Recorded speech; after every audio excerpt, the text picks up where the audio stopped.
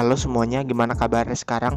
Nah, kali ini saya mau menceritakan sebuah film yang berjudul Becky yang rilis pada pertengahan tahun 2020, di mana film ini menceritakan tentang seorang anak wanita yang masih bocil duduk di bangku SMP bernama Becky, yang melakukan perlawanan terhadap sekelompok orang asing menyusup ke dalam rumahnya. Film ini tentunya disajikan dengan adegan yang sangat sadis dan brutal. Oke, biar lebih seru dan gak banyak bacot tentunya, langsung saja simak alur ceritanya berikut ini.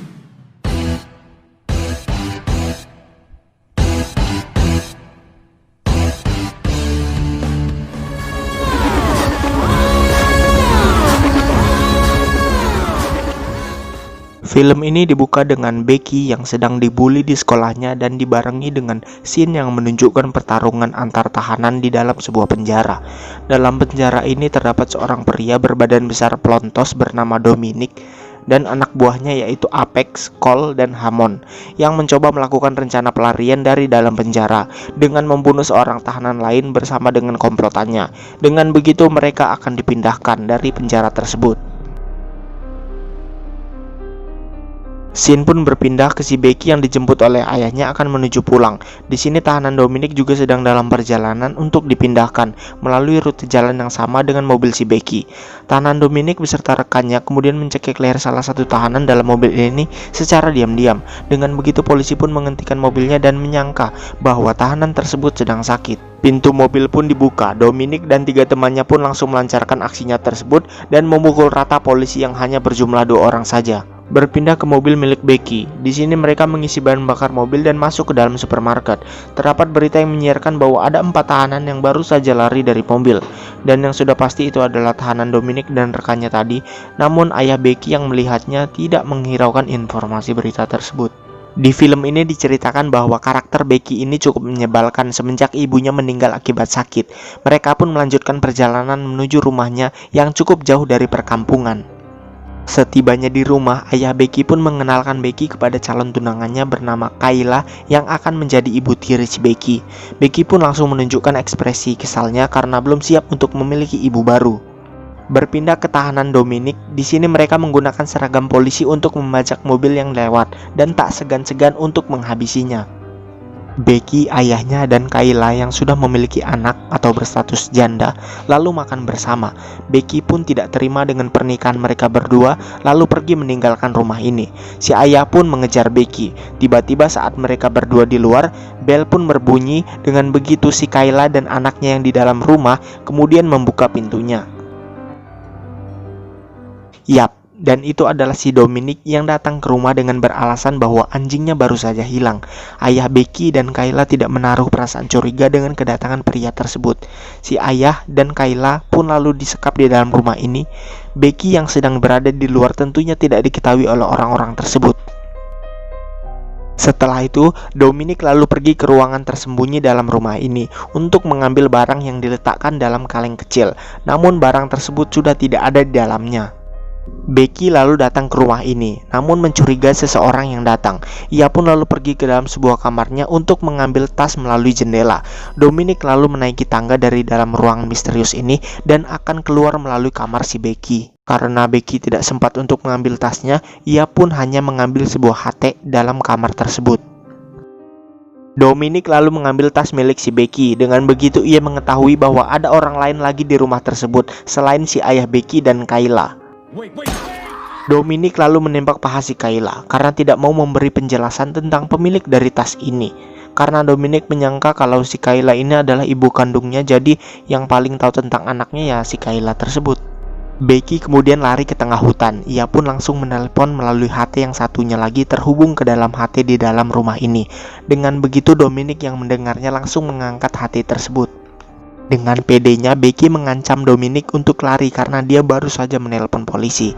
Namun Dominic pun cukup cerdas menjawabnya. Becky lalu mengatakan lagi bahwa dia telah menggunakan telepon tetangganya milik keluarga Griffiths.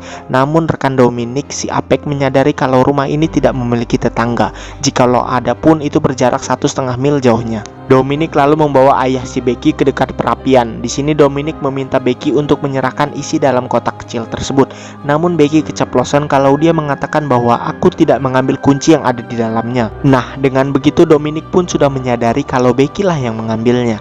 Karena Becky tahu benda apa yang ada di dalam kotak itu. Dominic pun langsung menggoreskan besi panas dan menempelkannya ke pipi ayahnya si Becky. Dengan begitu Becky yang mendengarnya langsung merasa cemas dan ketakutan bila terjadi apa-apa dengan si ayah. Ayah Becky pun melakukan perlawanan terhadap Dominic, tapi sayang, saat si ayah lari, ia pun langsung ditembak oleh Dominic di depan si Becky yang baru saja mau memberikan kunci tersebut. Saat Dominic mendekati si Becky, ia pun langsung menusuk mata si Dominic dengan kuncinya. Becky pun lalu lari ke tengah hutan dengan perasaan yang sangat-sangat sedih karena ayahnya barusan mati tertembak di depan mata kakinya sendiri. Dengan begitu, Dominic yang kesakitan dengan matanya lalu pergi ke rumah untuk meminta bantuan dengan kondisi bola matanya yang sudah keluar. Ngilu anjir.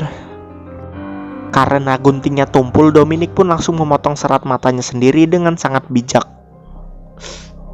Becky yang dikejar lalu masuk ke dalam sebuah kabin kecil-kecilan miliknya bersama dengan sebuah anjing, dengan seorang penjahat yang menunggu di luar meminta Becky untuk menyerahkan kuncinya. Dengan begitu Becky yang sudah kesal dengan semuanya langsung mempersiapkan alat-alat dengan kearifan lokalnya untuk melumpuhkan penjahat ini satu persatu.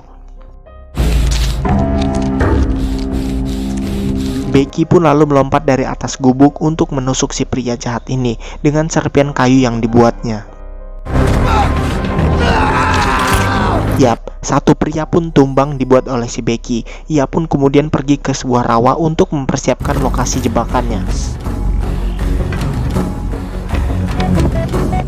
Dengan begitu Becky lalu pergi menemui rekan penjahat tersebut untuk menarik perhatiannya, dan terjadilah kejar-kejaran yang menuju ke lokasi rawa dengan jebakan yang sudah ia persiapkan sebelumnya. Tibalah saatnya, Becky pun langsung menusukkan papan yang terdapat di paku ke arah kepala si pria dan memukul-mukulinya. Saat si pria jatuh ke dalam air, Becky kemudian menaiki sebuah perahu kecil dan membunuhnya dengan mesin ini hingga mati.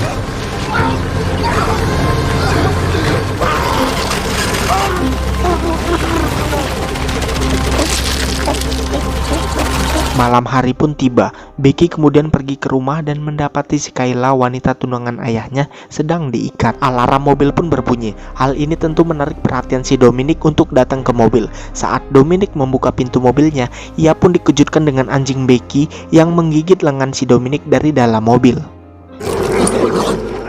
Becky pun langsung menghidupkan mobil lainnya dan mencoba menumbur si Dominic dari arah belakang.